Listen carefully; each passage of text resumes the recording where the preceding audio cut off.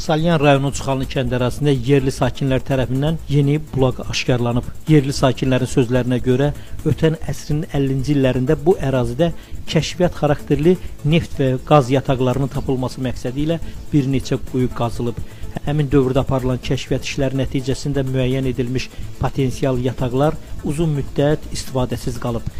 Sakinlərin bildirdiyinə görə bu quyuların bəzi izləri hələ də mövcuddur və bölgənin təbii ehtiyatlar baxımından əhəmiyyətli olması ehtimal edilir. İlkin müşahidələrə görə bulaq suyunun xüsusi müalicəvi xüsusiyyətlərə malik olduğu ehtimal olunur.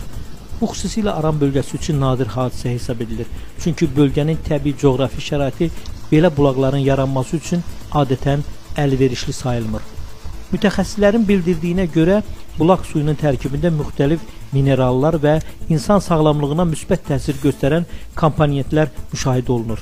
Bu istiqamətdə müvafiq qurumların yenidən araşdırma aparması və mövcud ehtiyatların qiymətləndirilməsi bölgənin iqtisadi potensialının üzə çıxması baxımından əhəmiyyət daşıyır.